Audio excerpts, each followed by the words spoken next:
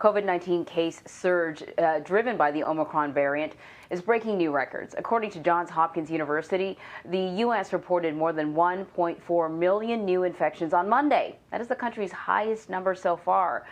As the virus runs rampant, schools are struggling. Districts across the country are trying to figure out ways to maintain in-person learning while keeping students and teachers safe. Mark Srassmann has more. Come to this side. School is back in session across almost all of the country. Schools should be the first places to open and the last places to close. And the nation's top health officials say the safety of students and staff is their top priority. First and foremost, one of the most important things that's changed is we should be getting our children and our teenagers vaccinated. Across COVID America, 5,400 schools reported Omicron surge disrupted in-class learning last week. This week, that number already tops 3,000. In Los Angeles, more than 400,000 students returned to class Tuesday amid a surge in COVID cases across the city school district. The latest data showing nearly 60,000 active cases among students and staff, about 15% of the tests submitted. There's a lot of widespread infection in the school. Students in Brooklyn took matters into their own hands, staging a walkout Tuesday in protest over in-person teaching mandates. But some programs are finding their way.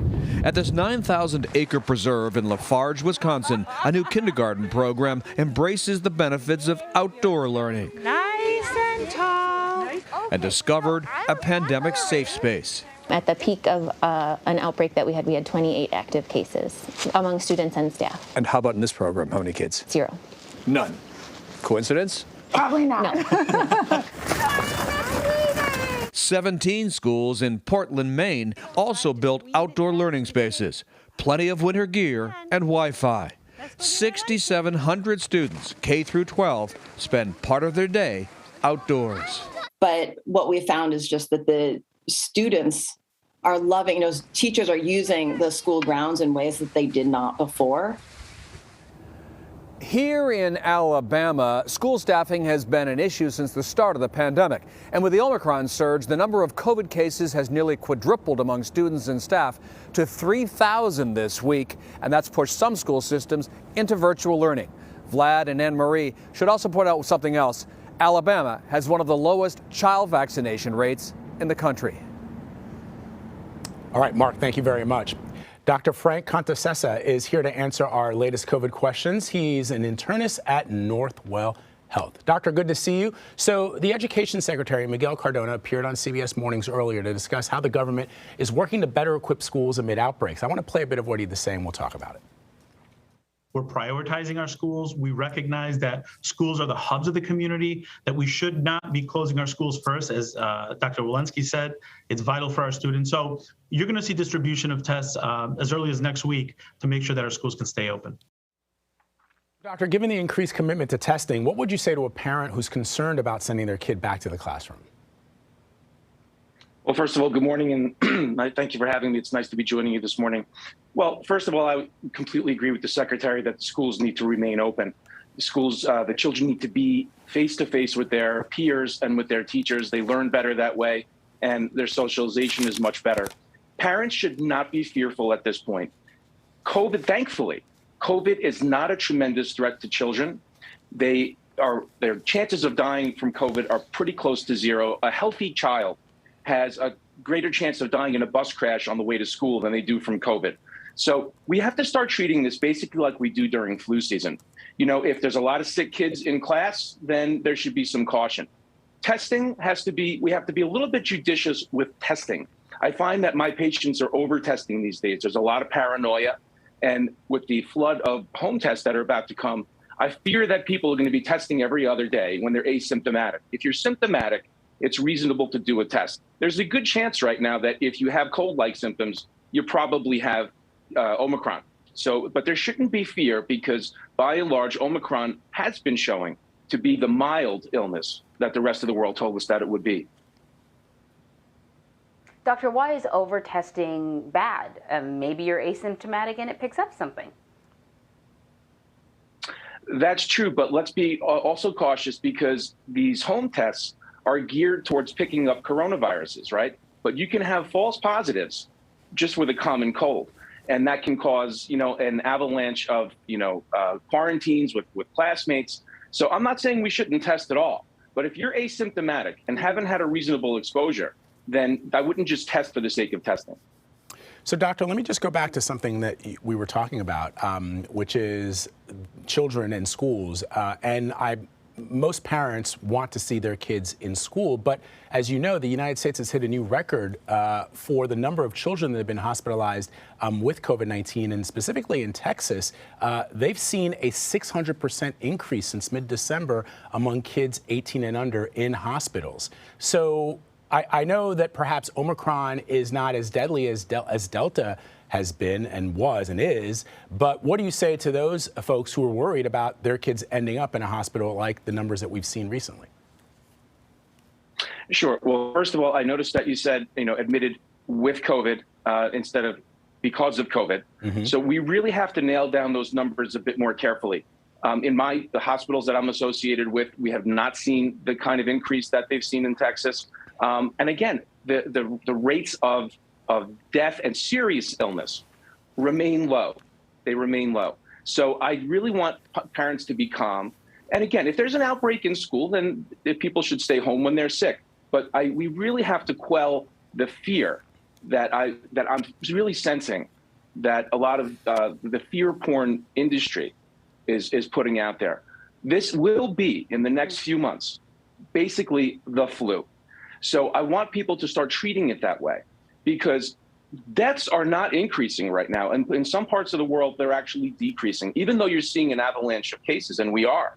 The cases are skyrocketing. So when you see the counters, yes, 1 million cases, that's absolutely true. By and large, the vast majority will be sick for 2 or 3 days. They'll feel like they have a bad cold, and then they're going to get better.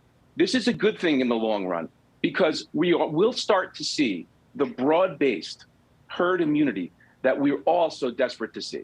Yeah, and you're just drawing a distinction because you pointed out the number of children hospitalized with COVID-19. You're drawing the distinction that sometimes children can be admitted to the hospital for something else, and then I guess hospitals test for COVID-19 while you're admitted for something else, and then you discover that a child is infected with COVID. That's what you're talking about, right? You're exactly right. Let's say a child gets admitted for appendicitis, and they happen to incidentally test positive in the emergency room because they're swabbing everybody, and they incidentally test positive for COVID. That's a COVID admission. Got it. And we really need to parse this so that there's no confusion. Some studies have shown that 40 to 50% of the numbers that are being reported as COVID cases are COVID cases with COVID instead of because of COVID. CDC has come out with this just in the last few days. Got it. Yeah, in fact, we were looking at statistics right now. That was going to be my next question, but you basically covered it. But just to sort of reinforce that, it's not just children. Kaiser Permanente, a study by them out of California, found that over 52,000 patients with Omicron, only 235 were admitted to the hospital, and none of them needed a ventilator. Sorry, that was not the statistic I wanted to bring up. But I think that we should talk about that. The fact that people are getting sick and they may be showing up at the hospital, but they're not being admitted. And most importantly, they're not taking up beds. They're not being put on ventilators. That's absolutely true. I get a morning report from the hospitals that I'm associated with, and the ICU admissions are not increasing. They really aren't. You sort of see a divergence when you look at the charts, even on CDC's own website. I tend to go on there most mornings before work. I like to see the statistics. And you see this steep increase in the cases. And it's a daunting sight when you see that line going up dramatically. But then you look at hospitalizations, there is an increase, but the slope is much shallower than the case increase. And then you look at deaths, and it's flat, and it may be even tailing down a little bit. So I can't emphasize enough for my own patients and for everybody out there listening. I know it's scary. I know everyone's telling you Omicron and the next wave and hundreds of thousands of cases. And that's all true. But by and large, and I've seen a flood of cases to my own practice, I haven't put anybody in the hospital for COVID in a month. And I've had more cases now than I had, all through the beginning of 2020 and the worst of the pandemic during the lockdowns. So I'm just not seeing it. And I really want people to be calm. We have to start looking at this like it's the flu. And let me ask you about this. The Biden administration says private insurers will now cover the cost of 8 monthly at-home tests per person. There are some studies that suggest that these antigen tests may not be as accurate as diagnosing Omicron as they were for other variants, but it doesn't sound like you're that concerned. And are you wondering about the push from the administration for home testing? Is it necessary? I think it's going to be a little too late.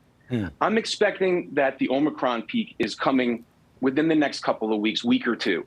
If we look at the data from South Africa, they are on the downswing. The UK is on the downswing, and they preceded us by a few weeks in the surge of Omicron. So I think by the time this all gets enacted in the next few weeks, the Omicron probably will have wash over us. And again, that's a good thing. It's spreading like wildfire. You know, it's almost like a mild storm that's coming through. It's windy and the trees are blowing, but there's not a lot of damage going to be done.